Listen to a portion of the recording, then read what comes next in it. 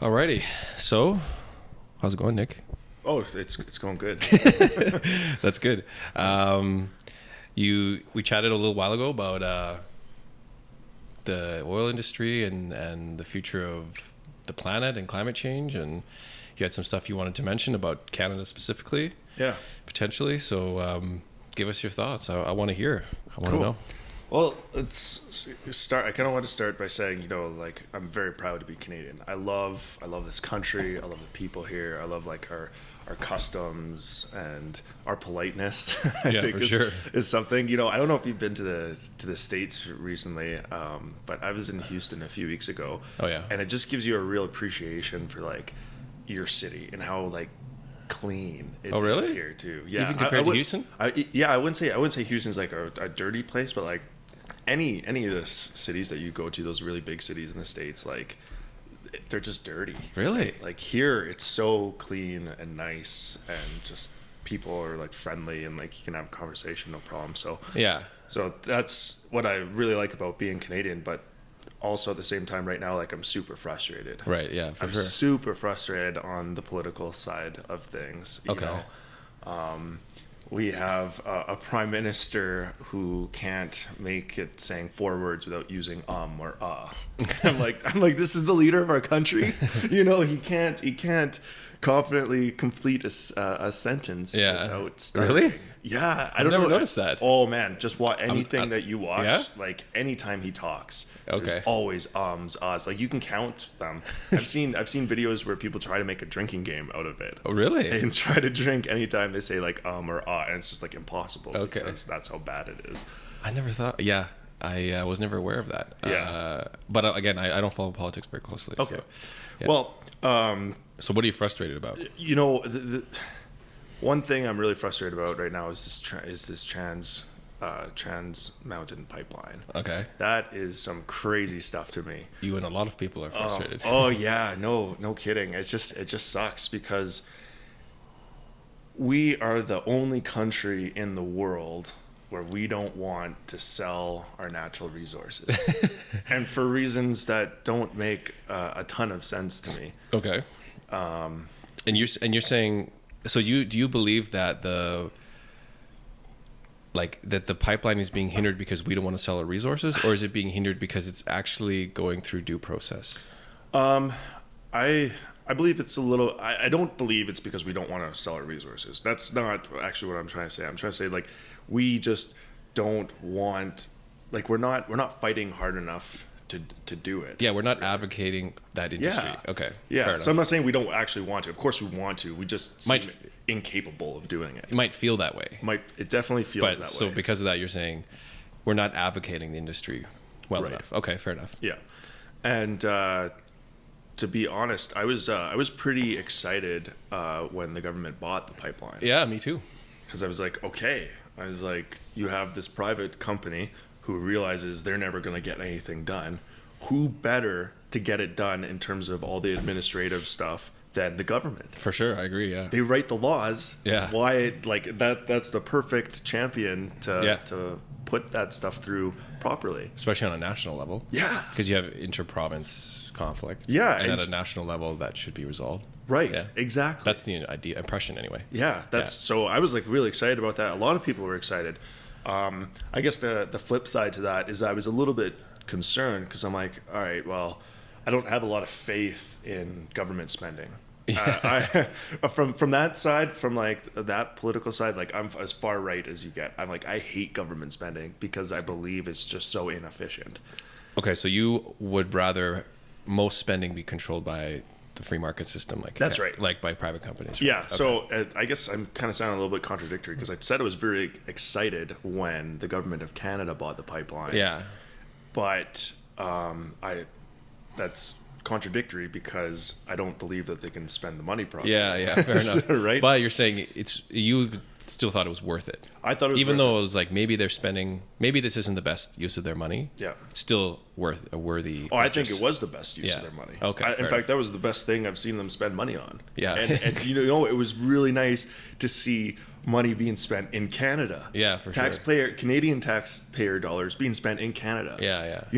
we spent so much internationally. Like right when Trudeau got into power, first thing he did was open the gates to fly 50,000 refugees over. Yeah, the Syrian refugees, is that right? Syrian refugees. Yeah. Which is great. That's a really noble cause, and I won't get into that one too much. But, but the point is, money was being spent outside the country instead of inside the country. Now, is it for the better of the country? I mean, that's up for debate, and I don't want to go into that one right now. But I was just really excited that the money was spent here, took over the pipeline. Okay, we're going to build this thing, and the country is going to prosper. For sure, yeah. That's really what one of the things that frustrates me a lot is that I don't think it's really understood how much we can do for Canadians with pipelines. Right. Okay. The amount of revenue that is generated that just goes back into the Canadian economy. That's the government collects huge amount of tax dollars from that, and then they can take and turn around and spend that money on things like healthcare and education. Yeah, the really important things that there is for the government to spend on. Yeah. So maybe explain why the pipeline, Trans Mountain, or any other ones help Canada so much. Okay, because I think I have a reasonable understanding of it, but maybe not everyone might, right? Or at least one perspective on it. So, and maybe I don't either, but yes. But from your point of view, why do you think it's so beneficial? Okay, so one of the issues that we have here in Canada is how we sell our oil. Yeah. So we get what's called Western Canadian Select, which is the price of oil that we get for our oil that we sell. The world, well, not the world price, but then there's the WTI, which is the Western Texas Intermediate, which is what a barrel of oil is worth in the States, basically. Yeah. And there's usually a bit of a differential due to the quality. Between WCS and Yes, between Western Canadian Select and West. WTI. Western yeah. And there's also Brent crude, right? And Brent crude as well. Which is like a bit of a higher quality than WTI, right? I believe so. I'm not sure why there's a price gap there. Yeah, that I don't understand. Yeah, now I'm that's kind of outside. I just know the Canadian price of oil. Yeah. American price of oil. So there's a differential between the WTI and the Western Canadian Select. Yeah, and usually there's a small differential due to quality. That's kind of the bar. So why is there that an original differential? Is it because they have to refine the oil we send? Because it's heavy oil, right? Heavy crude, yeah. So do we mostly export heavy crude? We also have light crude as well, right? Yeah, it's blended together, and that's what. Okay. That's the price differential you get. Like a lot of it is light and sweet in the States, right? Yeah, and that's what it's. So we ship heavy crude. Is all the crude we ship heavy? I don't know. Okay. I actually don't know that. I know because we get a lot from our oil sands, right? Yeah, and that's heavy crude. Kind of goes through a lot of refinement. Yeah. So we send it down the States for further refinement, and that's usually the differential between WTI and WCS. Right. Okay. Fair enough. Yeah. So they're paying just a little bit less for our quality. Yeah. Basically. Okay. So what's happened recently is we're a huge exporter of oil, and right now we're just landlocked. We can't get it out of the country. Right. Okay. We can't get it to other consumers. Right. And as we know, our neighbors to the south are one of the biggest consumers in the world of oil. 100%. Right? I wish I actually looked up the stats on that, on how many barrels of oil they use a day.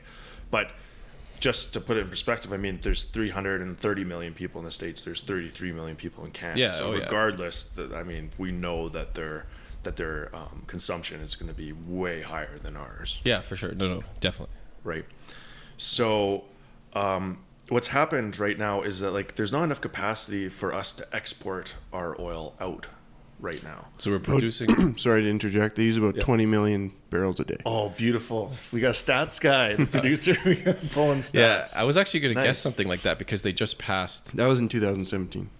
Okay. They just passed where the halfway mark between they actually produce more than they consume now. Because they produce 11 million barrels or That's something. right. Yeah, and now that's the other thing. So now they're a net producer. Now they're a net producer. They export oil now.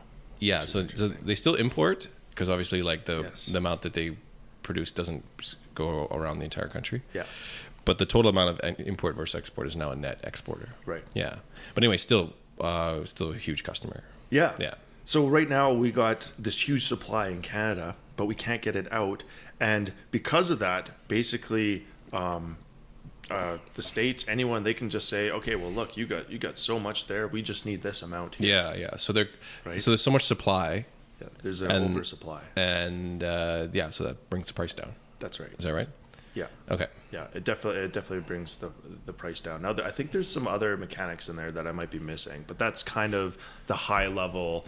You know, when you can't move it, it just sits in these big tanks, and basically you say, okay, well, if you and I both have a barrel of oil, Yeah. and you want to sell yours for 20, but there's only so much capacity, and I want to Yeah. sell mine for 20 as well. But there's only so much capacity. The pipeline can only take one of our barrels. Yeah. I'm going to say, well, tell you what, if you take mine, I'll give it to you for 15. Yeah, for sure. Yeah. Right. 100%. And then that's basically how it works. Economics at a high level. 101, right? That's right. More supply than there and is. demand. There's I think the interesting thing is that there's enough demand for it. That's worldwide, yeah. Worldwide. That's It's right. that there's actually a block between the gross demand and our supply where we can't get it exported properly. right. So that shrinks down the demand. I'm Yep. saying in quotations. Yeah. And then there's an oversupply, drop in price. Right. Is that fairly accurate? Yeah, I think from a high level, like Yeah. I'm not like economist. Yeah. But that's like the high level of it, right? And that's like the fundamental that's really key to understanding some of these issues, I think. Okay. Right. And so again, it was exciting once we had this pipeline that was going in the ground, because now we can be on par with the rest of the world, and we can be getting that full dollar for our barrel of oil. Yeah, so we increase our ability to export oil. Yep. So we don't have that oversupply. Right. And B, we don't have to sell it to the States anymore. So we have another customer, which kind of helps with the demand side as well. Right. Right. So we Right. have now we have more than one area to export. It's not just the States, because the Trans Mountain Pipeline is going to the West Coast, right? That's right. So now it's like, oh, you want this barrel of oil? Well, this person also wants it. Yes. So prices will be more fair, like You economically have two fair. people now competing who Yeah. want your product, and when that happens, you can raise your price. Yeah, I'm not an economist either, but I think that's the laissez-faire, the invisible hand movement or something like that. Yeah, that's right. Yeah. Yeah. Right. So Don't control it. So we'll sell oil at a reasonable market value. Right. Okay. Right. And again, like just the amount of oil that we produce, like the tax dollars, like the way people benefit from it is Yeah. absolutely Yeah. astounding, right? Like you think about the Klein days when oil was $100 and gas was $12. Yeah. You know, like he had so much money he didn't know what to do with it. Yeah, he just gave it back in cash. Yeah, he had so much. He's like, here, take some money back. yeah. Right? I remember that. I was pretty young, but our parents said that. Yeah, I think experienced that. I think It's like when we were $400, 18, right? Yeah, Yeah. like $400 a Yeah. quarter. It was like Yeah. $1,200 a year. Yeah, I remember liquor stores had advertisements to use the $400 at their liquor store. Like, they give you like this sweet deal on booze or something. Yeah. Oh, that's hilarious. Yeah. So it seems obvious that from an economic point of view, Right. a pipeline, either whether it's Trans Mountain or maybe even Keystone XL, Yep. would make sense for Canada. Yeah. And because of that, obviously, you thought it was awesome the government bought the pipeline. Right. But you have reservations on it now, Well, or only- the process, I guess. Only to find out that they didn't do it properly, and now it's basically canceled until further notice.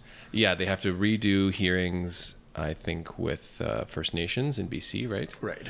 And they have to reevaluate the effects of whale, what is it? The whale population. The or whale something? population near the Orcas. export terminal. Yeah. I think. Yeah. Don't quote me on that. Something like Okay, that. something like that. Yeah. So, but let me ask you. So, do you actually think that this is just a delay? Because if it does eventually get built, Yeah. then the government, you could say, did succeed. Yep. Just slower. So, do you still think it's possible for this to be a win for Canada, or are you pretty pessimistic about the what's happened? I'm pessimistic with what's happened. You know, something's got to give at the end of the day, and I think it will be pipe going into the ground, because the alternative is producers are going to have to start shutting down and dialing back, and that would be disastrous. That would be disastrous. Yeah. That'd be disastrous. Well, we have a small scale version of that now, right? Because Alberta has decided to cut back yeah. production because of the oversupply. Right. Basically, it's like this race condition where everyone's racing to the bottom to Yeah. sell oil at a price they can export. Yeah. So you have this sort of race to the bottom where everyone's overproducing, and the price is collapsing quite quickly. And so the solution the government thought of was everyone cuts back, and then Right. it's sort of good for everybody. Yeah, I don't know if it was the government that thought of that, but I know Oh, they're okay. they're implementing it. Okay, but so- there were some head honchos from a lot of the oil Oh, and gas really? companies that were advocating for it. Now, conversely, there were companies, I think Husky was one of them, that was Yeah. advocating against it. Yeah, I remember that too. Because they've set up their company in such a way that they're not as exposed Yeah. to Yeah. the market as everyone else is. Yeah. So you have people that are advocating to cut it back, mandate production cutbacks. Anyone can cut back production anytime they want, but this Mandate, is yeah. a mandated cutback, which then really limits the supply of oil. Yeah, so you're basically getting into the scenario that you mentioned where we can't export all the oil we produce, so we're actually cutting back, which is what you said. If there's no pipe going in the ground in the future, that will actually happen permanently. Yeah, because it has to. we can't sell, like, I think I should know this, but Alberta does 3-something million barrels a day. Yeah. Oh, I think it's Is it closer to 4? yeah. So I think CNRL does 1 million alone. Suncor must do like Yeah. at least 1.5 million. Like that's 2.5 right there. Yeah. So either way, right now we're sort of at max capacity for exportability. So if we don't have more pipelines or other measures to sell it, we won't keep developing. Right. Like we're going to keep developing oil fields for the current amount of oil we export, Yep. but we can't grow. That's right. So yeah, that looks like an issue. Yeah. Like that's a long-term issue, right? Totally. So, sorry, Nick, but No, go ahead. then you'd think that sort of the almighty dollar will eventually fix that because there's money to be made. Eventually, pipe will go in the ground. You'd assume, right? Right. Or you'd hope. Yeah. It's just that your concern, it seems like, that the government isn't helping that happen in a timely fashion. Yeah. Or even just spinning a negative outlook on oil production in general. Yeah. That it's like this evil. Right. Yeah. That's like this dark, evil thing to do. Oh, right? you're leading into the next Yeah. one like so perfectly. I really like it. Yeah, really like that. but that's the stigma, I think, Yeah. right now anyway in Canada. I'm not sure. I'm sure Texas doesn't feel that way, but I think They're kicking ass. Down they're there. kicking ass. Yeah, I think in Canada there seems to be this impression that producing oil is like an evil thing to do. Yeah.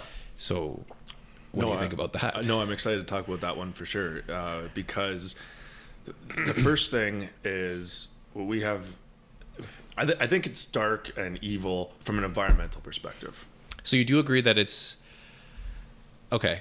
So you do agree it's not a good thing to do for the planet. Actually, okay. Let's. So talk from about, yeah, go ahead. Sure. Let's talk about that. So, the scientific principle behind global warming is called the greenhouse gas effect. Yeah, yeah. Right? And basically the way it works is the earth absorbs radiation from the sun, right? That's how the earth heats up. Yeah. And then the earth, just like if you were to hold a rock under a lamp, that rock would get warm. And then once you took the rock away from the lamp, the heat would be coming off the rock. Yeah, right? yeah. That's conservation of energy. You can't just lose the energy isn't absorbed and then just sits there. It actually radiates off again. Yeah, so the sun warms up the earth, and then Yep. that I guess I don't know how to describe it, but that just can't escape because of the greenhouse gases. Right, yeah. So Yeah. it radiates that heat off, and without a high presence of greenhouse gases, that would just radiate back off into space. Yeah, and the earth would be like freezing cold. Now we have an atmosphere to hold it in. Yeah. But what's happening with the greenhouse gases is it actually doesn't allow as much of that heat to escape anymore. So that heat actually gets trapped in the atmosphere. I think it's the atmosphere, and keeps the earth warmer. Yeah, so and that greenhouse gas comes from burning carbon-based products, Fossil fuels, yeah, for sure. So once carbon gets into a gaseous state, it goes in the atmosphere and keeps the radiated heat inside Right. the There are a number of different greenhouse gases, but the biggest one is probably carbon dioxide, right? Yeah. And as we know, anytime you burn anything, Yeah. you're releasing carbon dioxide. So So the scientific principle of global warming is a thing. Yeah. That's not, to me, and that's not debatable. You can't say that the Earth is not warming up. You can't say that by burning fossil fuels, you're not increasing the temperature of the planet. So you think that's for sure happening? I believe That because of human beings digging holes in the ground and burning fossil fuels, we are affecting the climate. I believe that. Okay, Yes. fair enough. Yeah. To be perfectly clear on my perspective, yes. Well, Yes. some No, people don't think that's the case. So Yeah, that's true.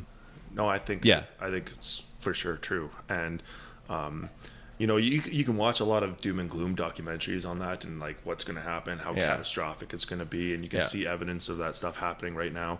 I mean, I want to say take that stuff with a grain of salt, but the fact is you probably never hear about it otherwise, right? So you kind of have to decide yourself, you know, what the effects actually are at this point, where they're going, how much more worse they're going to get.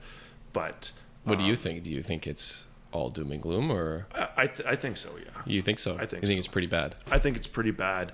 On the contrary, I also believe in our ability to adapt and to fix these kind of problems. And when it does get a little bit worse, I think that we're going to have the technology and innovation to reverse the effects. So you're potentially, I don't know, that might be a tall order, but if our survival depends on it, it will be done. So you're banking on, or at least predicting that if there's enough need for this a solution to this problem, we'll figure out a solution. Yeah. Okay. Yeah.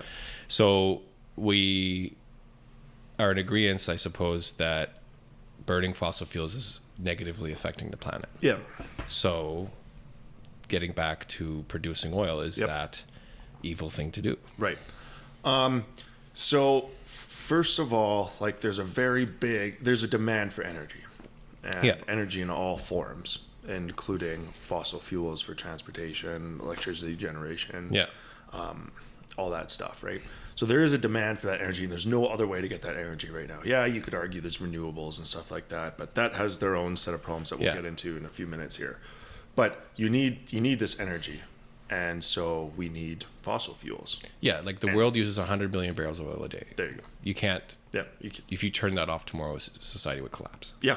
I agree. We'd implode for sure. So you absolutely have to do it. But now you get into what's the best way to do it? Yeah.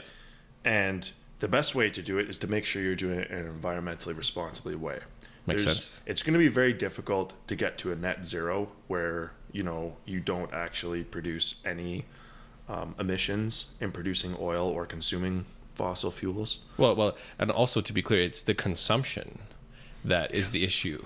That's right. Like the producers are just meeting a demand. That's if there right. was no demand for fossil fuel, there'd be no production. Yeah. So the ethics, I think, also really weigh on the consumption, because that's when it's actually burned. That's a hilarious one for me because, you know, the oil producers are these big bad guys that are ruining the planet and stuff. Yeah. And really, you know, people need to take a look in the mirror and realize that it's their consumption of these products that are causing these guys to do it. Yeah, for right? sure. It's like if you were to open a coffee shop and, you know, you keep going and getting coffee, the coffee guy is not a bad guy. Yeah, right? He's just there. He's just trying to make a buck. Yeah, right? yeah. So it's the consumption of these products that's the issue. It's not the producing of these products. Yeah. If we didn't consume the products, then we wouldn't need to produce them. Right. So, but the other issue with that is people don't really have an alternative, right? Correct. So do you think the responsibility might also land on these huge companies transitioning that to renewables on their own? Because right now it's tough to buy an electric car. Yep. We don't really have a lot of infrastructure for that. You don't really have a lot of options. So I'm just playing devil's advocate from that point of view. Does the consumer bear a lot of responsibility if they don't have that many options? That's a great way of looking at it. I think that's a really important viewpoint to understand, because you're right. I don't think that there are a lot of alternatives or options for the consumer. Like if you're just sort of trying to make a living and you need a truck for work. Yeah. Well, I don't think there are electric trucks, not mass produced. Right. What are your options? Like Right. you need food on the table, right? Yep. So it's difficult to for sure. to put a responsibility on it. I think it weighs more on the consumer than public's perception is. Yep. Agreed. But at the same time, what other option do you have? So let's talk about that actually. Let's talk about how you can go about weaning off of fossil fuels. Right.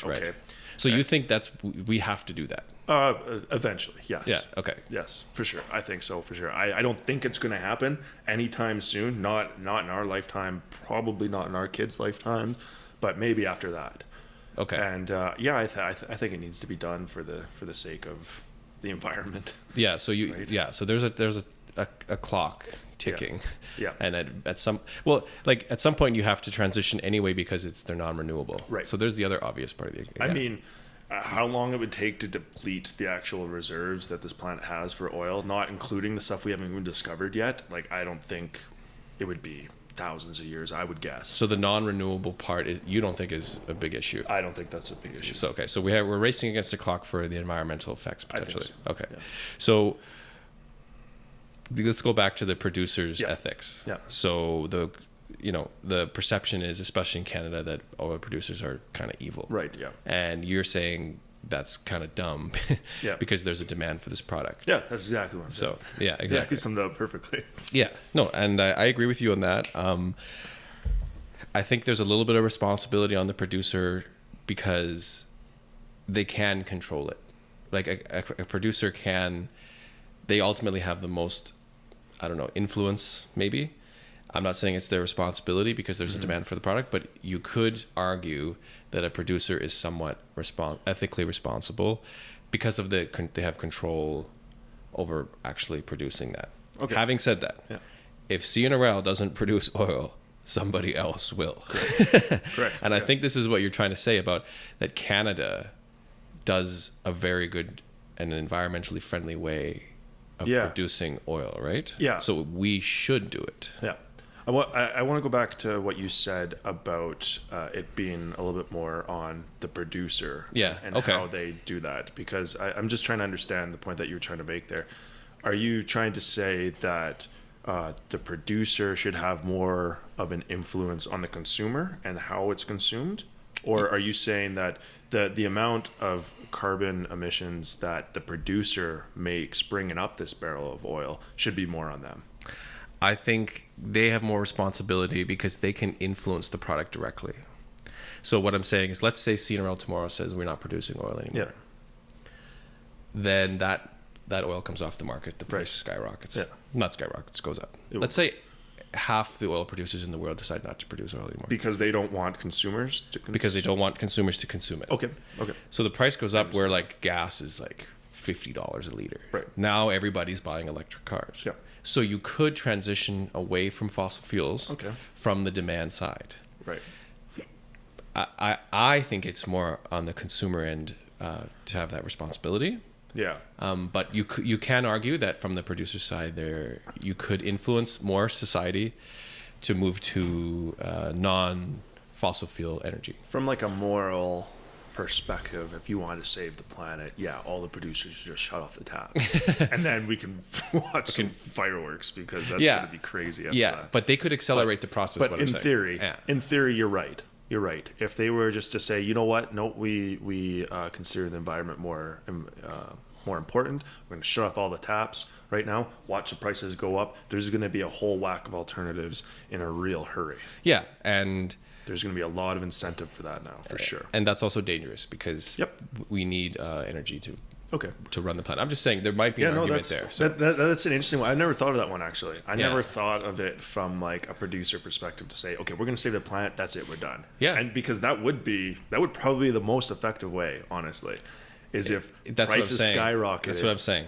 Yeah. For the consumers. Yeah. Then you're not going to use it anymore. Yeah. And now you have another evil company popping up just trying to make a buck by trying to produce something that is an alternative to fossil fuels. But now they're going to be the evil guys. Yeah, well, maybe. But renewables don't have the evil cloud around them, so maybe not. There is a carbon footprint associated with producing anything. Yeah. Right? It doesn't matter what it is, whether it's a barrel of oil or whether it's a car. There's a carbon footprint associated with it. You would argue that you're producing something that then reduces the carbon footprint later on, which is fine. Yeah. So it's a tricky situation, I think, because we need this energy today. Yep. And at some point in the future, we won't. So how do you make decisions based on now and the future? When if CNRL stops producing oil today, this country, this province will suffer. Yep. But you could argue that you're helping a society in the future. Mm-hmm. How do you weigh that against we should produce as much oil as this province can? Okay. For our own prosperity. Yep. How do you weigh those two, right? And I think that's where the pipeline discussion comes into play. No, that's good. That's a good question to ask. I think you can do both simultaneously. Okay. And I think one of the ways that you do it, I can't believe I'm actually going to say this right now, but is a carbon tax. Well, you're going to be Elon Musk's new friend. That's what he thinks too. I know. But we're on a first name basis. I call him Elon. Elon, so, okay. Yeah. And you tax the consumer? Is that what you're saying? Yeah. I agree. Yeah. By definition, a tax is there to take away incentive from consuming the product. Mm-hmm. If you were to put $1 tax per liter on gasoline, that would that would deter a lot of people from consuming gasoline. Right? Yeah. If you put a tax on alcohol, if you add an extra $5 per bottle or can or whatever, people are going to look at that and be like, hey, well, now it's not really worth it for me to consume this anymore. Yeah, it's exactly what's happening with cigarettes in Canada. That's right. Yeah. So, but the thing is like Notley's government put in a carbon tax. Yeah. And what really frustrates me about the carbon tax is how it's being used. It's not really taxing.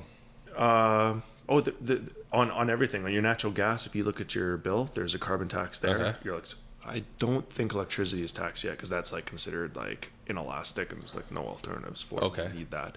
But gasoline, there's a tax on that too. Okay.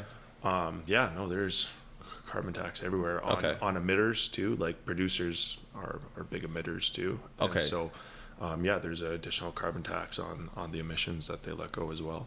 Okay. So, there is this carbon tax in place, and what frustrates me about it is where that money is actually going. Okay. So, and if you go on her website, I did this a while ago, so I don't know if it's updated yet or not, but she has a breakdown of what she expects her party expects the revenue to be, where it's going to be distributed and stuff. And a lot of it is being redistributed to low-income families, which is fine. Okay, that's what our government stands for, right? They want to redistribute the wealth, which that's fine. The people voted for, so yeah, it's a little bit more socialist than a purely conservative party. Sure. Yeah, okay, sure.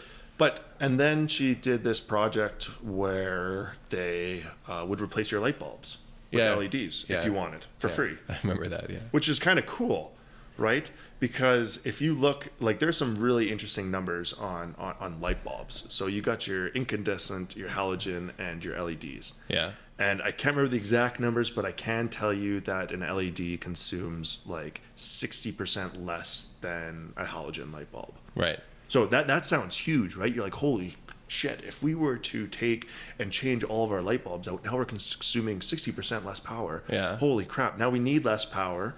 And now we're emitting less greenhouse gases, burning fossil fuels to provide that power. Provide electricity. Like, holy crap. And then we're saving money on our power bill. Yeah. Well, what a lot of people don't understand is that a light bulb consumes a very tiny amount of electricity, a very tiny amount of power. Like in the grand scale of all electricity use. In the grand scheme of all electricity, a very tiny amount. Right, okay. Right?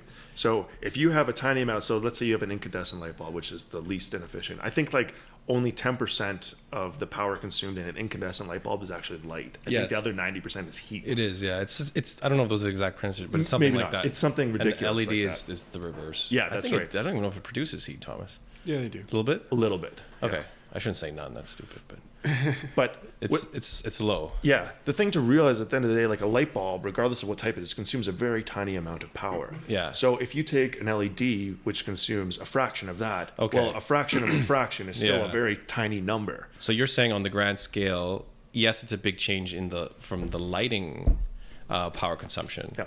But on the actual power consumption of all electricity, it's a small fraction. Correct. So it doesn't make much of a difference. Correct. Fair enough. That's exactly what I'm saying. So I appreciate the idea that was there, and the numbers kind of look good on paper. Yeah. Right? Because you're like, holy crap, we're increasing our efficiency by like 70%. Right? Yeah, So yeah. you're like, wow, that's really good. Yeah. But what you don't realize is, again, a fraction of a fraction is still a very small amount. So in the grand scheme of things, that really did nothing.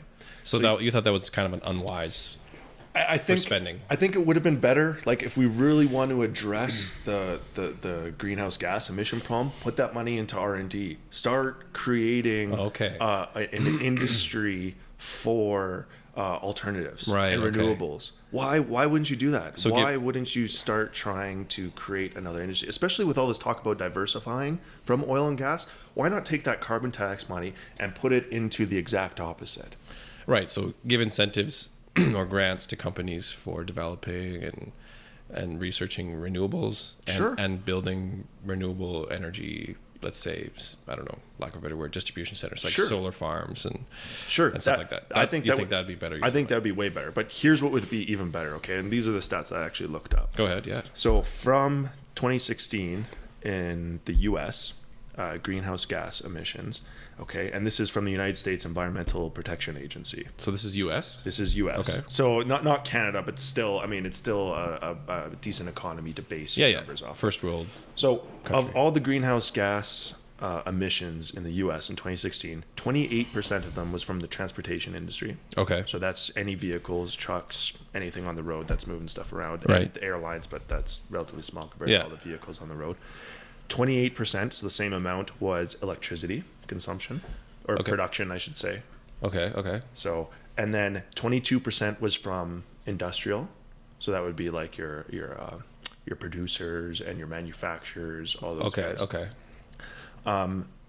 Commercial and residential buildings, so your downtown buildings and your houses and stuff, that was 11%. Okay, so that's pretty small. So you're saying when you look out over a city and see all those, I don't know, fumes coming off the top of all the buildings, that's that 11%. Right. And every building, and every residential and commercial building is included in that. Right. Okay. And then the last 9% was agriculture. Oh, okay. So that's like cows farting. Or I think that's what it is, isn't it? some of it is, but you gotta wonder. I've heard. You gotta wonder about that because there's no way that there's that much. Yeah, I don't know. I would think that there needs to be a heard that fact there's a lot of greenhouse gas that comes from like beef production from the actual animal. I'm gonna sound really dumb if this is not true, Thomas. Please, pull me out of the deep end here. I know that between 70 and 120 kilograms of methane per year. I have no idea what that actually means related to greenhouse gas effect. But because there's a lot of people that the negative effect of methane is 23 times higher than CO2. Worse. I knew that, and I was just about to say that that the methane that comes from cows is way worse than CO2. Okay. I knew that. I don't know if that still equates to a significant amount, but because there's an argument to be made that people shouldn't eat beef. That's an interesting one because it also contributes to greenhouse gases. And not just gases, but the water too, right?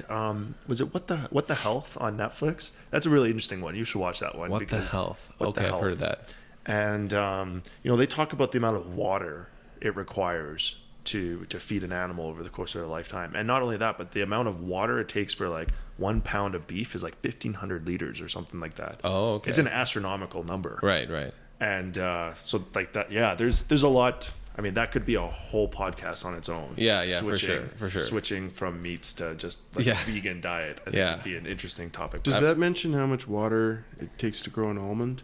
I've heard that's insane. It's the same one. Yeah, it's the same thing. Yeah, the amount of water it takes to grow an almond. Yeah, I think it's from that same documentary. It's nuts. And it's I can't remember the number, but that's right. Yeah, I'm no vegetarian, so I'm not moving away from beef anytime soon. Yeah, no, me neither. But. So 11% is apparently agriculture. 9% was agriculture. Or 9%, sorry. So okay, so so going back to it.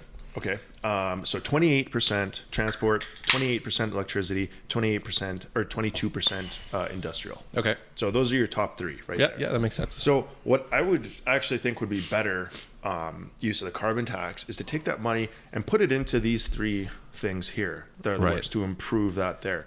Like I found another interesting stat. So from that 28% of all emissions in the U.S. that's emitted by electricity, Yeah. 67% of that was from coal power plants.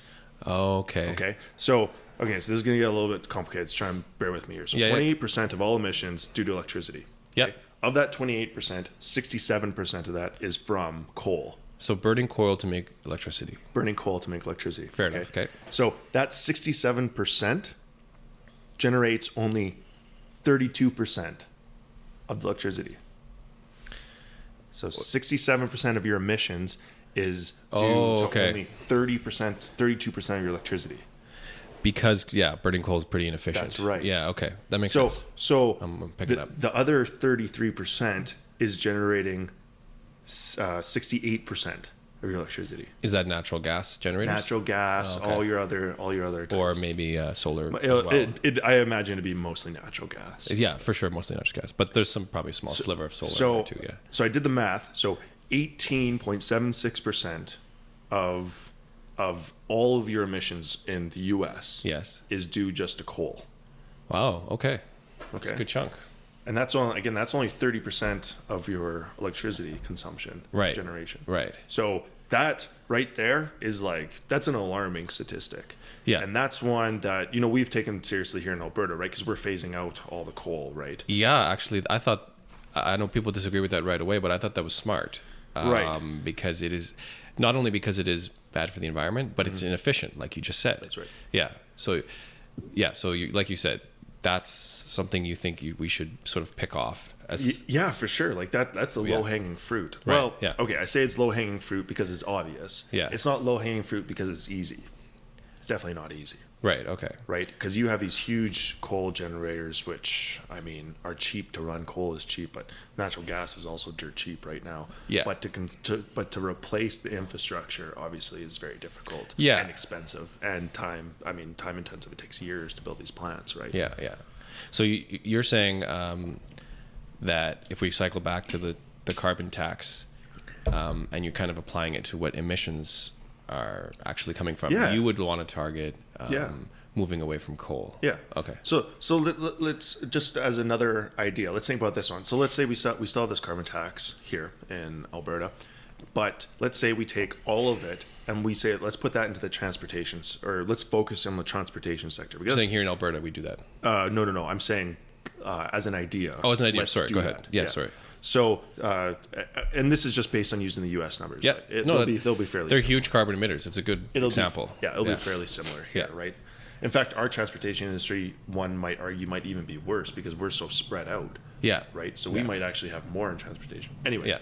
take all that carbon tax money, 'Kay. put it into transportation. So put that money into public transit, make all the public transit completely free.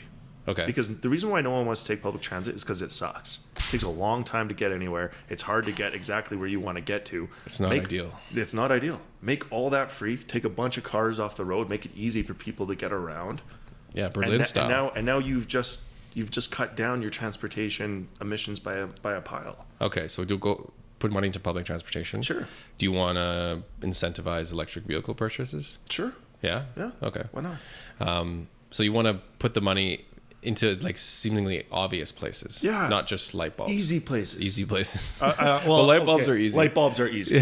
Light bulbs are easy. But I'll the give- more I'll give them that. the places that have more of an impact. More of an impact. Right. I'm more about being cost effective Yeah. and getting the best bang for your buck. Yeah. Right. You know? Okay. LEDs are expensive, so you've put in these expensive LED lights. Yeah, they used to be horrendously expensive. They're closer now. They have come down. quite a Yeah. bit in price, But yes, they are more expensive still. right. So put the money in the more obvious scenarios. Or the more impactful. Okay. areas. Okay. So you still think that a carbon tax is somewhat appropriate? As much as I hate to admit it, yes, because I I agree. hate paying taxes. I hate paying taxes, and I feel like every year I'm paying more and more taxes For on sure. everything. And Yeah. it kills me. But yeah, I think again by definition, a tax is there to de-incentivize consuming a product.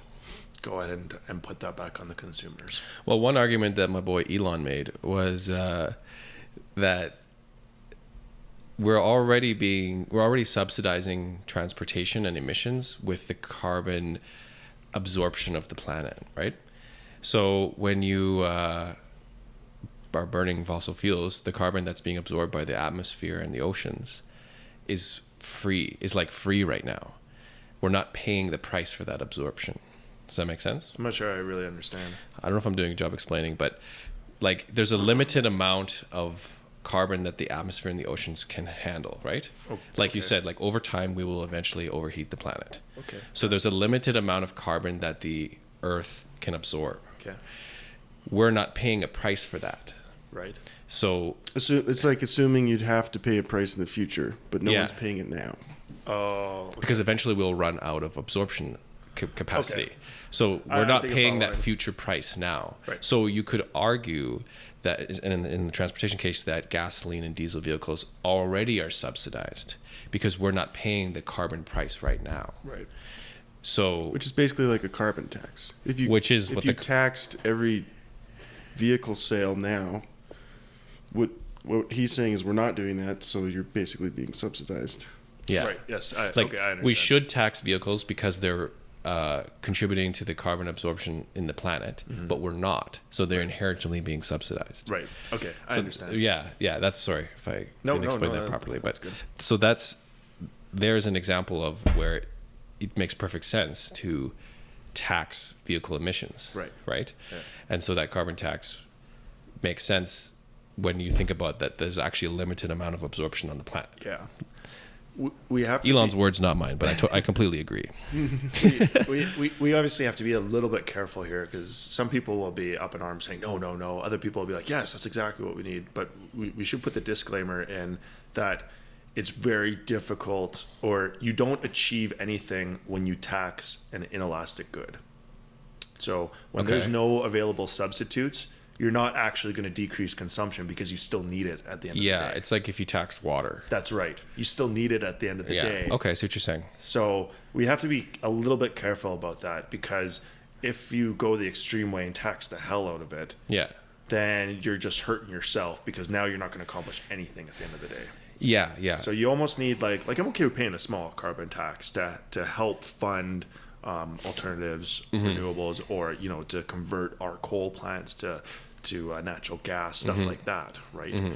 But if you go too far the other way, then that's a problem too. And you don't want to put that money into, I guess, for as one example, exchanging light bulbs because it doesn't make a huge difference.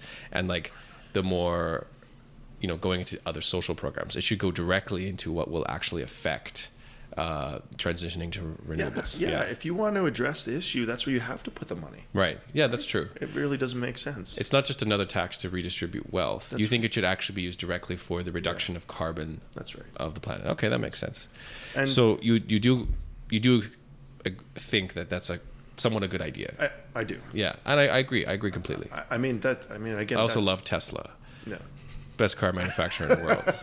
So the more of those on the street, the better. I'm just kidding. Oh, man. That'd be a fun one to talk about too, is Tesla, because that's an interesting company. Yeah. So it seems that we do have to consider the carbon emissions and the burning of fossil fuels on this planet. For sure. And like you said, we should have a carbon tax. It's something that we should use to promote renewable energy. Yeah. But if we assume all that, how do you cycle that back to making decisions today with consuming fossil fuels, producing fossil fuels pipelines? How do you make that balance? That I don't have an answer to. I don't have. I'm great at bringing all these problems up and identifying problems with the existing solutions, but an all-encompassing solution, I still have. I've put a lot of thought and energy into trying to figure out what like the best way to do it was, and I don't know the best way. Yeah, and I think it takes a team of people to figure that out. You need economists to figure that out. You need environmental engineers. You need all that stuff to really figure out the best way to do this. And Yeah, I think that the best way, honestly, is to let the private sector do it. Maybe have some incentives from the public, from the government, for the public sector to kick it off. Because ultimately, if there's a dollar to be made, the private sector will do the best job. Yeah, for if you want to stick with the current path. But if you want to redirect society to move away from fossil fuels, you need to intervene, because if it's just the almighty dollar, the oil and gas companies will just continue producing oil, right? That's correct. Yeah. Yeah, I think what you're saying is that it makes sense as far as like actually building pipelines and developing the oil fields here in Alberta. Let the companies figure that out, because they'll do that the best way possible. Yeah.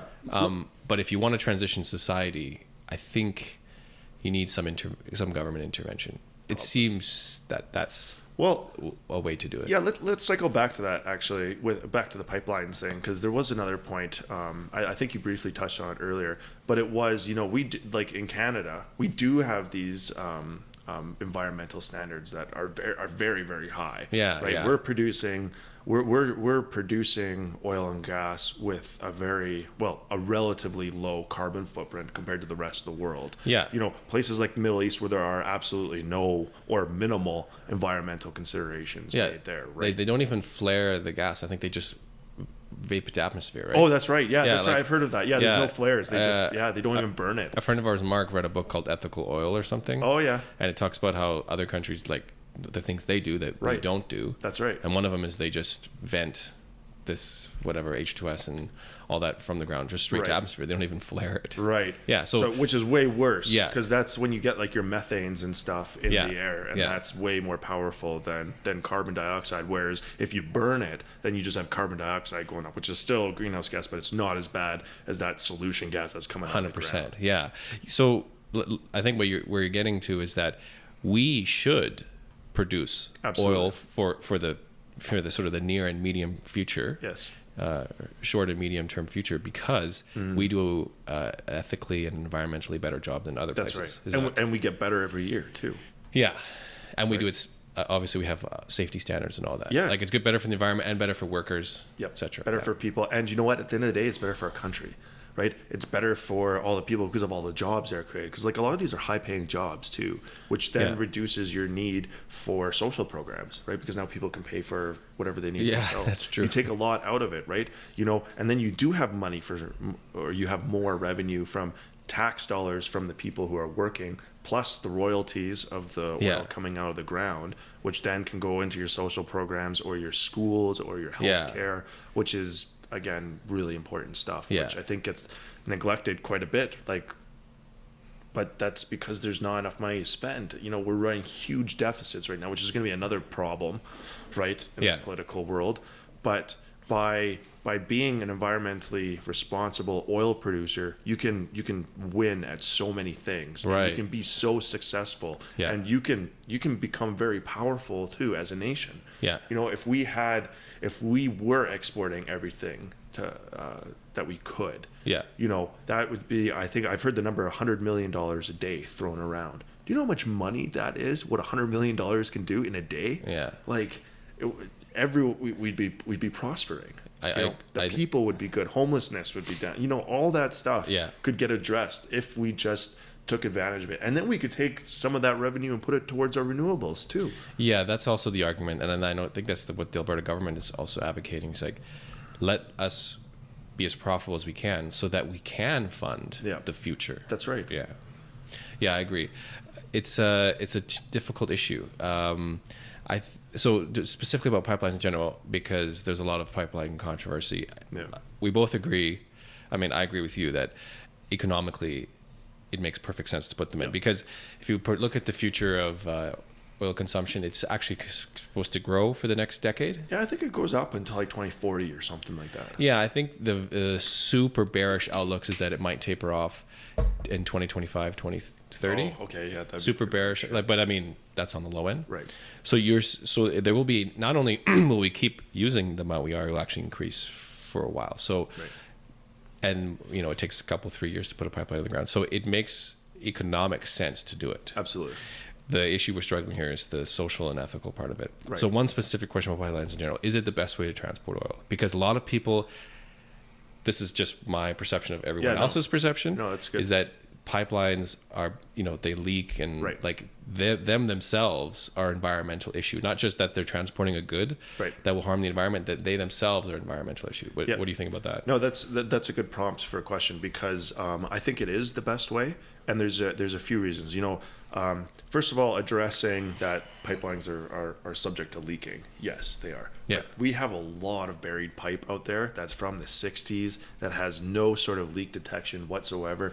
Like, the technology that we have now for leak detection and stuff is infinitely better than it was in the past, right? Before, they'd bury a piece of pipe in the ground and then just kind of watch every once in a while and see it. Or sometimes it would leak for weeks, and then you'd have a whole field under oil, right? And no one would know until it was way too late. But now with the technology you have, you got pressure transmitters, you got flow transmitters, you got all that stuff. So very, very easy to detect a leak, and very, very quickly you can isolate it to minimize the impact. Yeah, I before the company I work for now, I work for EPCMs for facilities, and they have rules for so many kilometers of pipe you have to have block and bleed valves and ESD valves, and so that so you can isolate an issue. If there's a leak in this section, you can isolate that piece. So yes, I'm agreeing with you 100%. Yeah. So from that perspective, they are absolutely the safest. Yeah. I don't think you could argue that in any way stretch. Yeah. So if it's the safest, and we know we're going to consume the energy, then it makes logical sense to use a pipeline. Yeah. Yeah. Well, and now let's talk about the alternatives. Okay, so you got rail.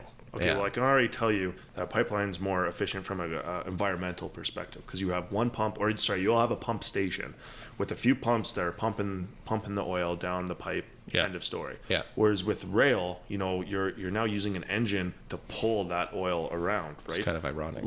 It's a fossil fuel engine. That's right. Yeah. So. Yeah, like, you can use electric drives, you can use gas drives, you can use whatever you want to pump that oil, and again, just way more efficient than a rail car. I was going to say more efficient, and there's a lot of a media attention put on leaky oil pipelines, and I'm not sure how many times rail cars kind of derail, or how many issues there are with oil tanker cars, but they do have accidents themselves too. Yeah, and they're not error free. Yeah, and when you have an oil tanker issue, like, look at the one that was in Quebec not long ago, or that might have been years ago actually, but there was a bad one in Quebec. Yeah. Where, like, it was really bad. Yeah. And that was disastrous. Everything was on fire. Yeah. Everything lit up. Yeah. Like, it was really bad. Yeah, I mean, you can simply look at TransCanada's history with oil pipelines and gas pipelines. Like, they have an immaculate history. Yeah, and they publish that for you. Yeah, and that's that's something that always interests me. I'm like, why don't people ever pull up these stats and say, look, like, this is our leak rate. It's like 1% or like 0.01%. It's so low. Oh yeah, it's extremely low. Yeah, yeah, it's interesting. I agree that for today and for the near future, there's a consumption in the world that needs to be met. Mm-hmm. We can't just absolve ourselves from using fossil fuels right away. Right. So for Canada and for Alberta, and even from a world point of view, if you look at it, how well we and ethically we produce oil, it makes sense for us to continue growing, putting pipelines in the ground. Sure. Other people don't think that. Everyone has their own opinions, but I do think it makes sense. It's just very difficult to dissect. How are we going to continue analyzing this issue as time goes on? Because every day we're putting more carbon in the atmosphere that could have a detrimental effect in the future. Right. And then we have to balance that we can't shut off fossil fuel use today. So it's a difficult problem to solve. For sure. Yeah. I think one of the easiest way to do it, or the most effective way, is to do it on the consumer end. Just reduce demand. If there's no demand, there'll be less production. So, like, for example, with what Tesla is doing, like trying to promote electric vehicles, right? Like you said, 28% is from transportation, right? If we went all electric, that's a massive chunk that gets removed, for right? Sure. Now that's after the cars are built. Yeah, yeah. That's a fleet of vehicles already existing, but that to get there, is another challenge. And actually, I just want to visit that one real quick, because it sounds really good to have an electric vehicle. Right now, obviously, you have no carbon footprint, but you have to charge your vehicle. Yes, that's true. Yeah. And now your emissions are coming from the generators. I agree, but it's still more efficient to charge your vehicle and not burn, because when you're burning gas, I think it's only like 15 or 20% efficient. I think you're right about that. But a natural gas generator, like we have them in Alberta all over the place. They're like, you get to like the 70 and 80% efficiency. So even if you made a straight swap, even if you produced all your electricity with fossil fuels, you still come out ahead. Yep. But I don't disagree. It's not like electricity just appears out of nowhere. That's right. Yeah. No, I just wanted to highlight that it's still not carbon free, but it is significantly better. And when your efficiency goes up, that's good too, right? There's one thing that I've read and heard that I think makes a lot of sense when it comes to this issue is we know we're going to run out of fossil fuels in the future, right? Yeah. Why don't we transition right now? Like, why don't we put our efforts in we know we're going to run out. Yeah. We're very confident that it's going to have a negative effect on this planet. Why aren't we transitioning now? The almighty dollar? I think so, man. I think it's the economics of it. I don't think that there's money to be made there right now, and that's why we're not transitioning to it. Because that seems... That's from an economic perspective. Like, that's from the Adam Smith being a capitalist, you know, laissez-faire. You know, if there's money to be made, someone will do it. For sure, yeah. Right. Yeah. But I think that's an important question to ask, because if it's obvious that we need to transition, we may as well do it right away. Yeah. And I think that's what the anti-pipeliners, and I'm not agreeing with their stance, but I think that's maybe one thing they think about. Mm-hmm. Like, let's just abolish the energy we're putting into trying, like the manpower energy, into developing oil fields and growing this fossil fuel industry. Let's abolish all that and put it towards transitioning away from it. Now, it doesn't make sense today because we can't transition. We can't just switch over. Yep. But I can see that point. Yeah.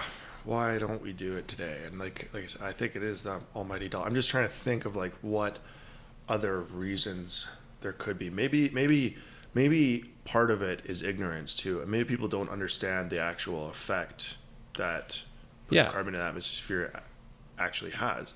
You know, and I think that's the root of a lot of these debates and a lot of these problems is the lack of understanding, the lack of education. Yeah. I think, you know, people, and this happens in politics too, we were talking a little bit before about how people are so polarized. And yeah, exactly. It really, exactly. There's no science and there's no mythology behind what you're thinking. You're just on a side. Exactly. Without understanding the issue. You're just anti-fossil fuel. Yeah. End of discussion. That's right. Yeah. Or you're pro-fossil fuel, because it goes the exact opposite way too. I've talked to people like that too, that don't think there's global warming. That's right. They have a stance that it's this beautiful, wonderful thing to burn fossil fuels. So right. It's very polarized. So people's opinions. I think that might be the answer to why aren't we doing it right now.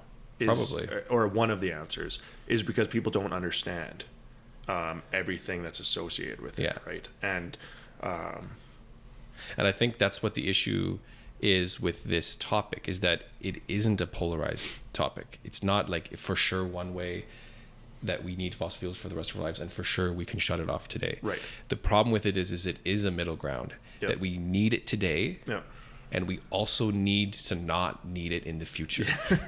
It's a difficult problem, right? Yeah, no, for sure. So you can't be polarized, because you have to accept that society would collapse if it's not developed and consumed today, and that you also have to understand that the Earth will most likely implode if we don't shut it down for good. At some point, yeah. So it's difficult. I've thought about this a few times, that it's difficult to have a very one-way stance on it, because it's actually a changing issue. We need it now. We need to move away from it at the same time. Yep. It's difficult. No, I agree. Yeah. But if we're going back to Canada and the pipelines, it makes sense to put it in economically, because we need it today. Yeah. And it'll pay itself back in the time frame that humanity uses fossil fuels, right? Definitely. So that interesting discussion is kind of challenging, and you have to look at it. you can't be one-sided on your thoughts. I really want to see more like conversations like this where it's a discussion and maybe a little more intelligent with like some more research behind it. But that's one of the other frustrating things for me is you try and do your research on this stuff and you end up getting all your stats from a blogger who has made up these stats. Yeah, or just is very opinionated. Or right. You get a lot of biased information too. They're not being very sort of scientific about it. They're just putting their thoughts out there. Yeah. But just to have the discussion to really talk about it, the impacts, the actual stats behind it, and then from there assessing, what needs to be done, how the best way to do it is, and stuff like that. And that for me is, I think, one of the biggest things is the education and just understanding. Like, I don't understand all this stuff, and I might be completely wrong on half of it, but at least I'm here trying to understand, trying to, I guess, raise awareness about it, just to have the conversation, to have other people have a conversation too. Yeah, it's will be an issue that the whole world, is dealing with, but will deal with in the future. Yeah, definitely. Yeah. Anything else you got on down there on your? I think that's mostly. How are we doing for time? I don't know. I always lose track of time here. We're rolling over an hour. Oh, wow. Over an hour. I don't know if you want. I could. Anything else? I see a few notes. Oh, okay. Yeah, actually. So going back to renewables, renewable power. Yeah. Oh, yeah. You were saying that it's not as. It's not a fairy tale like people think it is. Yeah. Yeah, I want to talk about that a little bit too, just so it's understood. Obviously, the sun and wind don't shine and blow at all the time. Yeah. So when you like solar power is great and renewable power generation is great, right? Because that's like truly a zero carbon footprint on consuming power. Like if you were to charge all your electric vehicles with renewable generated power, now you have something that's truly carbon that'd zero, be the ultimate, net zero, right? But here are some of the issues with that, right? Obviously, sun doesn't shine the whole time, wind doesn't blow the whole time. However, when the wind does blow, it blows everywhere. And your wind. So if you have a bunch of wind turbines sitting around, first of all, I actually got to back up a little bit and describe how the power market in Alberta works, because we have a decentralized power market, which basically means that the prices aren't set by the government. The government doesn't tell us what we're paying for our power. There's actually a pool price, just like with our oil, right, where we can sell our power for whatever we want. Yeah. So there's this power market where you can say, okay, I want to sell my power for $15 a megawatt hour because that is what I need to make a profit. Well, a guy might underbid you and say, well, I only need $8 to be profitable, and I'd be happy with that. Yeah. So it goes on to this auction system. Yeah. It's kind of interesting, actually. Right. It is very interesting because basically the price keeps going up. It starts at the bottom. Yeah, it starts at zero. People bid zero. Starts at $0. So I might be a huge producer and of power, and I just need to run. I can't shut down. Yeah. So I'm going to put a bid in for $0. Yeah. That doesn't mean I'm going to get paid $0. Yeah. But what it means is I'm going to be the first one to guarantee that my power is going to be consumed. Yeah, for sure. And then it goes up. Yeah. So until it goes up to the demand that you meet. So it starts at zero. Let's say the demand is 1,000 and everyone has 100 to offer, 100 megawatt hour or 100 megawatts to offer. Then it goes up. So first guy says $0, second guy says $10.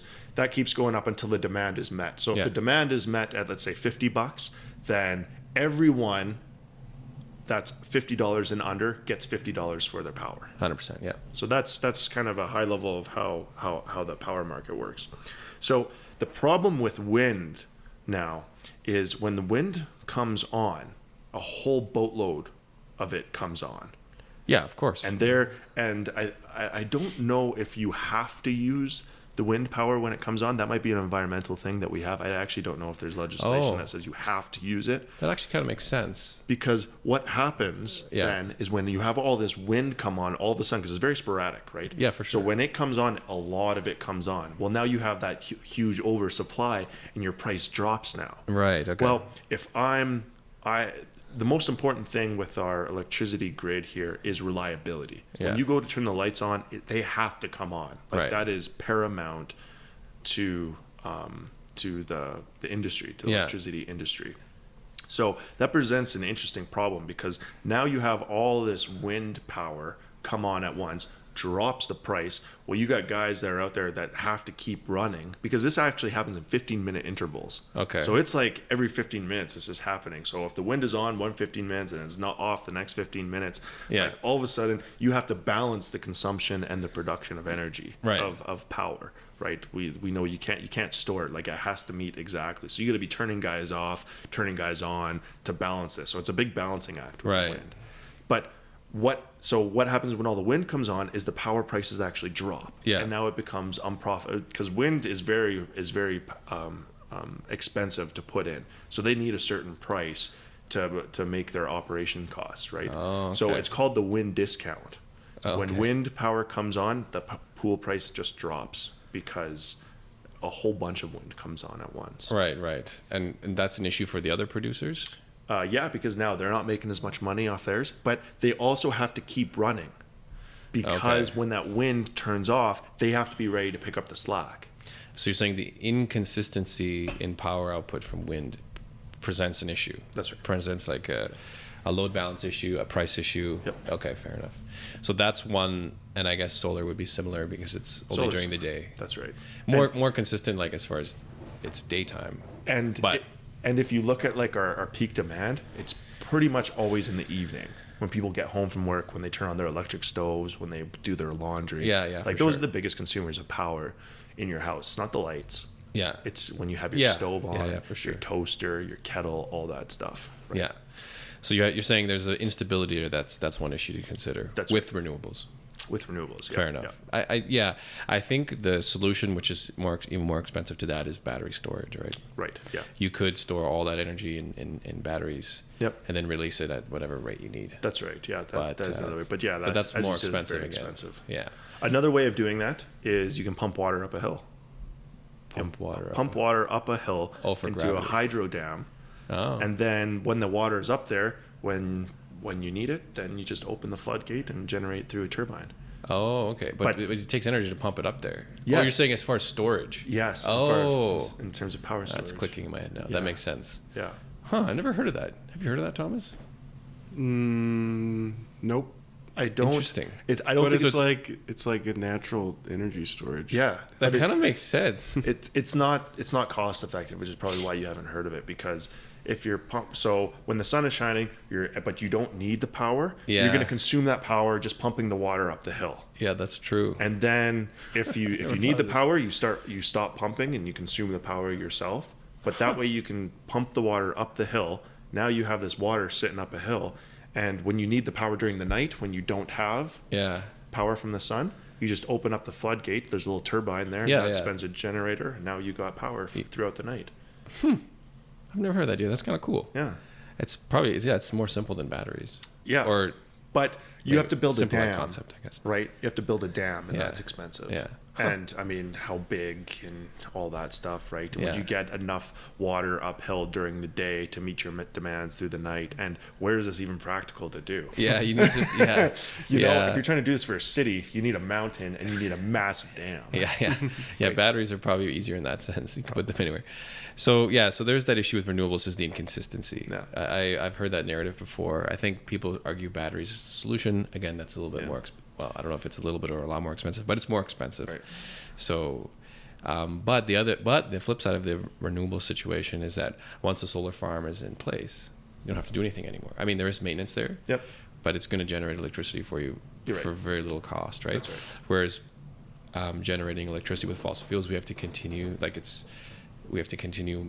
exploring and mining and drilling and producing it, right? So there's a more, once it's in, there's a higher capital cost but lower operating cost of renewables. You took the words right out of my mouth. Has a higher capital cost for sure, and then lower operating cost. Probably. I think wind turbines are still very expensive to maintain. You still got the moving parts there. Yeah, probably. I have no idea, but that makes logical sense. Sure. I think a lot of people in the renewables sort of space kind of agree that solar is one of our best bets. Yeah. Because it's fairly simple, and you can put it anywhere the sun is out. So if the sun, it works great in Alberta. We have a really good. So did you take Anise Hack's class on PV cells in 4th year? I don't know. I don't think so. No. No? Oh. I mean, if I did, I don't remember a morsel of it. Oh, okay. I don't. Well, it was I don't think so. Oh, interesting class. But anyways, yeah, on the PV cells, no, you actually had to kind of do like a mock project, kind of figure out like where the best place to put it was, and you actually take into consideration where the sun actually shines the most. Yeah. And just like the wind, they're both in southern Alberta, believe it or not. Yeah, there's a ton of sun and a ton of wind there. Yeah, I hear there's a huge sun band or whatever it's called between southern Alberta and southern Saskatchewan. Right. Yeah. That's right. Yeah. Speaking, I guess not speaking of that, but speaking of renewables, I actually do want to give credit to the Alberta government. Oh my goodness! I know. I want to give some credit. Oh man, you're running for office soon. What's going on? I know. Go ahead. They put in. I don't know if you've heard about this, but it's the Renewable Energy Program, or REP, REP. Yeah, I'm not very familiar. So I've heard of it. So they wanted to transition away from coal and into renewables as much as possible. And they did it actually in a very intelligent way, as opposed to what they did in Ontario. What they did in Ontario is they put a huge tax on electricity in hopes that it would drive consumption down. But as we discussed, it's inelastic, doesn't have any alternative. You're still going to consume the same amount, but now you're paying way more for it. Those are those horror stories about what's it, Ontario Hydro? Yep. Where people are getting like $400 bills. $400 to $1,200. Oh my goodness. Yeah, it's crazy. Their price of power there is crazy for that reason, because they just put in this tax without thinking about it. Fair enough. Yeah. Right. So what the Alberta government did is they said, okay, well that was clearly a disaster. We don't want to do that. And I was like, wow, finally, made one smart move. You're thinking about something. Okay, good. So what they did is they actually consulted a lot of renewable producers. Right. And they said, okay, look, how do we make a deal? What's a good way that we can make a deal where you make money, we cut back on emissions, and everyone's happy? Yeah. Well, the producers said, okay, well, our biggest problem is we have this floating power price. We need a certain price to break even. Yeah. We need to tell our investors that we will have it all paid back in 5 years, that they'll have their cash back in 5 years. And we'll be making a profit at X rate for whatever, right? Yeah, you need to sanction the project. That's right. Yeah, exactly. Right, because they need the capital for it. And as an investor, I'm not going to invest in anything unless I know what my payout is. Or at least you're confident in it. Or at least I'm confident in it. Yeah. And with a commodity price, right, that's a huge risk. Yeah. So that naturally drives investment away from these projects, especially because they're so expensive in the first place, right? Yeah, for sure. So that drives investment away from this stuff a little bit. So the government said, okay, well, look, tell you what, we're going to put out a bid. We're going to put out a bid, and what we need from you guys is to tell us how much power you're going to produce and what power price you need to become profitable. Okay. So a typical bid goes out like, okay, here's the project that I need done, and I'm going to send it out to 3 people, and the guy who comes back the cheapest tells me that they can build it the cheapest, I'm going to give him the project. Yeah. Right? Well, in this case, it was, okay, you tell me what price you need, and I'm going to give it to the 3 cheapest prices, or however many projects they awarded. They wanted to award a tremendous amount of renewable power. I think it was like 1,000 megawatts or something like that. Okay. Like a tremendous amount. Like, to put that in perspective, Alberta's peak load is 11,000 megawatts. Oh, so like close to 10%. Yeah. Okay, close cool. to 10%. So yeah, it's a tremendous amount. Yeah. So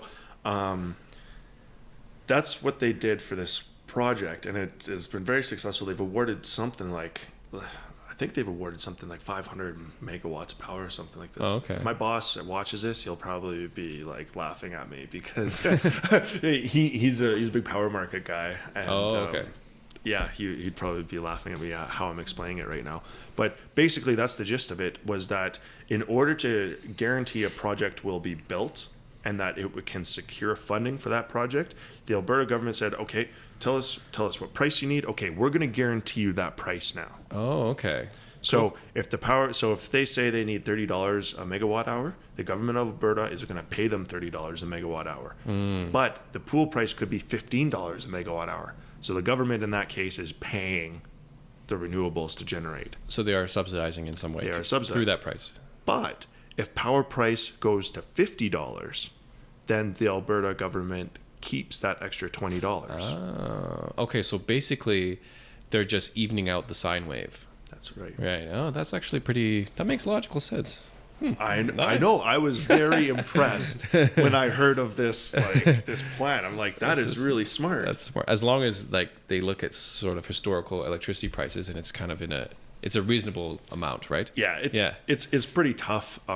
Like I deal a lot with electricity prices on like a daily basis, and I look at them quite a bit, and it's tough, man. Like there's all sorts of voodoo magic guys out there with crystal balls that try to predict when the prices are going up, when they're going down, because like we have a lot of generators at CNRL, and want them on when the prices are high, right? Because you can make a lot of money at that point, right?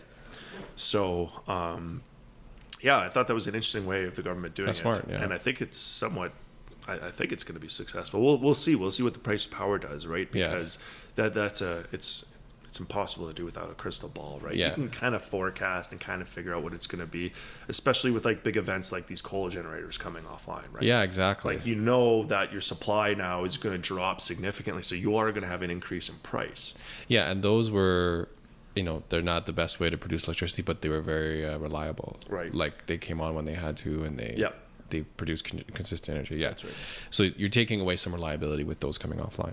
Right. But it seems like a smart step. And the beauty of these projects after they're built is they'll sort of, I wouldn't say they're free after that, but they're very low operating cost once they're in place. So cool.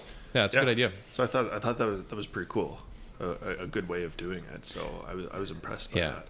So, but like cycling back, there are hurdles with renewable energy. Yep. That there's the inconsistency of power generation, but obviously with this government program, and we're looking at it at a bigger scale, it needs to happen. Yeah. So it's gonna produce some interesting problems, but probably nothing that can't be handled. Like you said before, if we need a solution, we'll figure it out. That's right. You will figure it out. It's a function of time and money, right? Yeah. That's all it is. Or if it's a crisis or something. Or if it's a crisis, that gets figured out a lot faster. Yeah, exactly. Sure. Sweet. Did we miss anything? No, that's pretty much everything.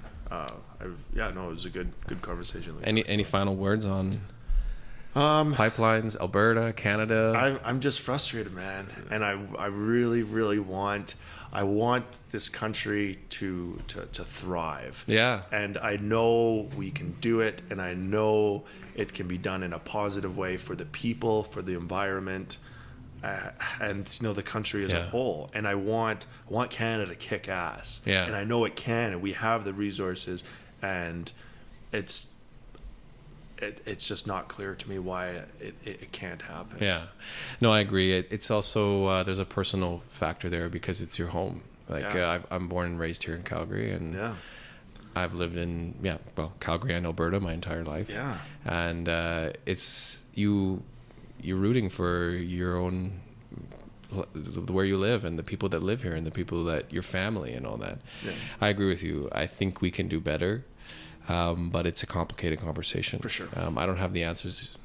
Neither of us have all the answers, but it's a complicated conversation. But from a high level, I agree with you. You want the place that you live to thrive for yourself and for everyone. Family. Your friends, future, your family. Yeah, kids. the future. Yeah, your kids. Yeah. I've had these thoughts myself, like, where do I want to live for the rest of my life? Yeah. Like, is it here? If you don't have confidence in the way we make decisions, then maybe you don't want to live here your whole life. It's tough. Those are hard questions that I think sometimes you have to ask yourself, or at least creep into my brain, when I see that seems like we don't always make sort of the most logical decisions. Yeah, it kind of breaks my heart because it's seen as a greedy thing. It's seen as a money thing. And, money is not the solution to everything, but it sure helps a lot of things. Yeah, especially if you decide to take revenue and put it to good things, Absolutely. Right? Like, no, I agree with you. And there's a personal touch there when it's the place you live. Mm-hmm. Sweet. Well, I'm glad you came on, Nick. Yeah, I'm man. Glad you reached out. It was fun. Yeah, no, I was. The second I saw like that you were doing this, I was like, I want to be on it. Yeah, I know that we're gonna be able to have like some good conversations. Yeah, for sure. And like there's 100 other topics we could talk about too. Yeah. Other people could talk about too. Yeah. You should talk to Wilson. You should get Wilson on. Hey, I'm down. Let's do it. Just talk to Wilson. Yeah, I'm down for sure. I think he'd have some interesting topics to talk about. I should reach out to him. Yeah, yeah, absolutely. Especially in like the investing world. I think that'd be really cool to get like a 101 or something from. I've chatted with him that's sort of like he's realized kind of a personal passion of his is investing. Yeah, and that's right. He has his job that he does and doesn't mind, but what he really enjoys is sort of money management, I guess. Yeah. I should bring him, because I have questions about the stock market and stuff.